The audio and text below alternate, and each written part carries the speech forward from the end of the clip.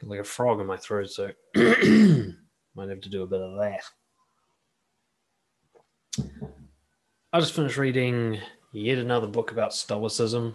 The latest one by Ryan Holiday called The Lives of the Stoics, I think. It's cool. What is that? And for someone who loves Stoicism, it's a great book because you get to hear about like all the characters throughout the years or throughout the early years of Stoicism, the main forces that shaped it and promoted it and so on. So if you're already into Stoicism, I suggest you check out that book because it will give you a sense of the humans behind it and why it is the way it is and the lives that they had from emperor all the way down to slave and everything in between. But what I want to talk about today is the necessity for the study of philosophy in your life. It kind of blows my mind how few people have any form of philosophical study in their life. Somebody asked me the other day, what's the difference between philosophy and psychology? Well, psychology is a study of the brain, essentially, how that creates thoughts, emotions, behaviors, beliefs, and so on. Philosophy, the literal interpretation of the words philosophy from Greek, is love of wisdom. But I think an even better definition of philosophy is trying to figure out the right way to live. See, if you're not studying philosophy and trying to create your own, trying to figure out your way, then everything else you do is kind of meaningless because you don't know why you're doing it. It's like working really hard for a company, but you're not sure what product they're selling, or more importantly, you're not sure what the product does to the world. Like you imagine if you work really hard and you're a diligent, conscientious employee, only to discover later that the company you work for is fucking up the planet. Or, it's like Wolf of Wall Street and they're ripping off elderly people or something. Now, you are actually a really good little worker, but for all the wrong people, or the wrong sort of company. And working really hard at life without a good philosophy can create that. And that's essentially what I think most people do. Early on in my life, I was trying really, really hard to be nice.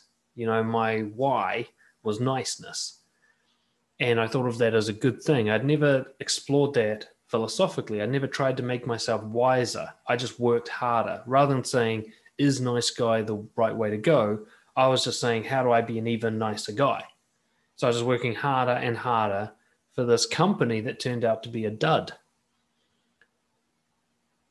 There are thousands of famous philosophers to study, hundreds of different philosophical schools.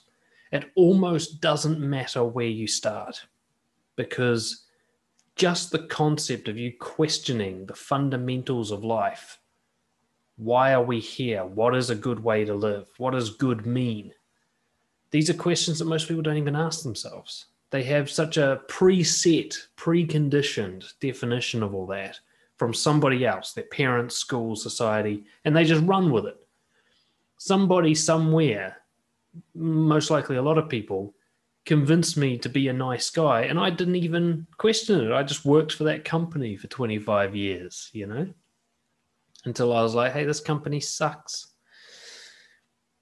I personally prefer Stoicism. I've looked into a lot of different philosophies, Epicureanism, Taoism, Buddhism, and there's bits and pieces I've taken from each, but Stoicism is just the mother lode. It's just fucking almost perfect. Not in that you have to follow it rigidly, but the way they think, and they stem from the original king of philosophy, Socrates. He was their main influence to begin with.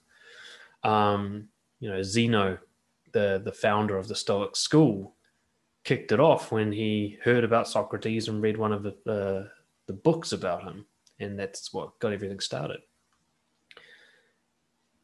But just the way that two things that they do in particular. One is that constant questioning of what the right thing to do is, and the delay of pleasure to do the right thing rather than taking the instant gratification. That's a huge theme in Stoicism. Doing the right thing is often uncomfortable physically and emotionally.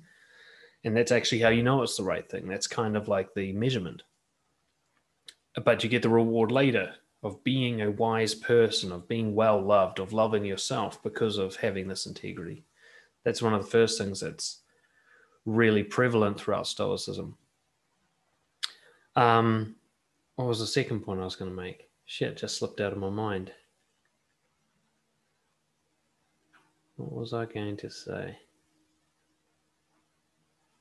The second point is that the practicality of it. Now, a lot of philosophers like to sit around writing books and giving lectures, but not actually get out in the world and live a real life. The Stoics, on the other hand, one of the reasons I think that the Stoic philosophy is just so well done, it's so well tuned, is because they constantly tested it in real life situations. You know, does the Stoic method apply when you're having an argument with your wife, or when your car breaks down on the motorway, or when your business goes under, or when, most importantly, when you know you're going to die? What's really interesting in that new book I'm reading is one of the consistent things that nearly every one of those main Stoic figures did really well was die. They died well. Many of them committed suicide rather than compromise their principles. They were just so noble in death. They were so prepared for it. And that's ultimately what the Stoics believe philosophy is for, is to get to the point that when you're about to die, you're ready and you can handle it. And there's no fear and no resentment or regret. So anyway, if you know how to die, then you probably know how to live. And that's what makes death so much less scary. I'm really not so scared of death anymore. I'm scared enough of it to stay alive and to give an urgency to the work that I do, my need to help people and to get the truth out there. That is partly driven by this very great awareness that I tap into every day that, fuck, I could die any second. Every time I get in a car, every time I eat something that's got bones in it, you know, it could happen any fucking second. And I'm never losing sight of that. And philosophy helps me to deal with that truth, whereas most people avoid it. And because they avoid the ends, they don't know how to begin. They don't know what the way to live is. Anyway, all I'm trying to point out is philosophy, Stoicism in particular, was the missing piece in my life. Eventually, it led me to create my own. You know, those 6 core values of BROJO that you may have seen, those are my 6 core values. And the focus on honesty and integrity, this has all come from me developing my why. You know, developing a new company for me to work for, my own company, rather than working for someone else's, which I've done actually quite literally as well. But more importantly, I've done it philosophically. I work for myself under my principles, my code of conduct, for my reasons, to serve my clients, so to speak. And I don't just mean that in business terms, I just mean in life, the people I interact with. I highly recommend that that's your top priority if it hasn't been done yet. If you don't yet have a way of living that you are working on, that's underneath all the noise of life, all the, you know, your job and your relationships and your workouts. If you're not sure why you're doing any of that stuff, if you don't have the greater purpose, get onto it. Start reading some books. Just get on YouTube and just type in philosophy and just start binging, you know, and you can get started there.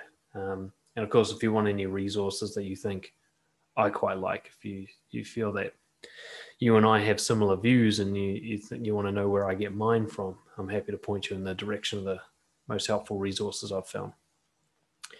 That's it. I'll see you guys next week. Cheers.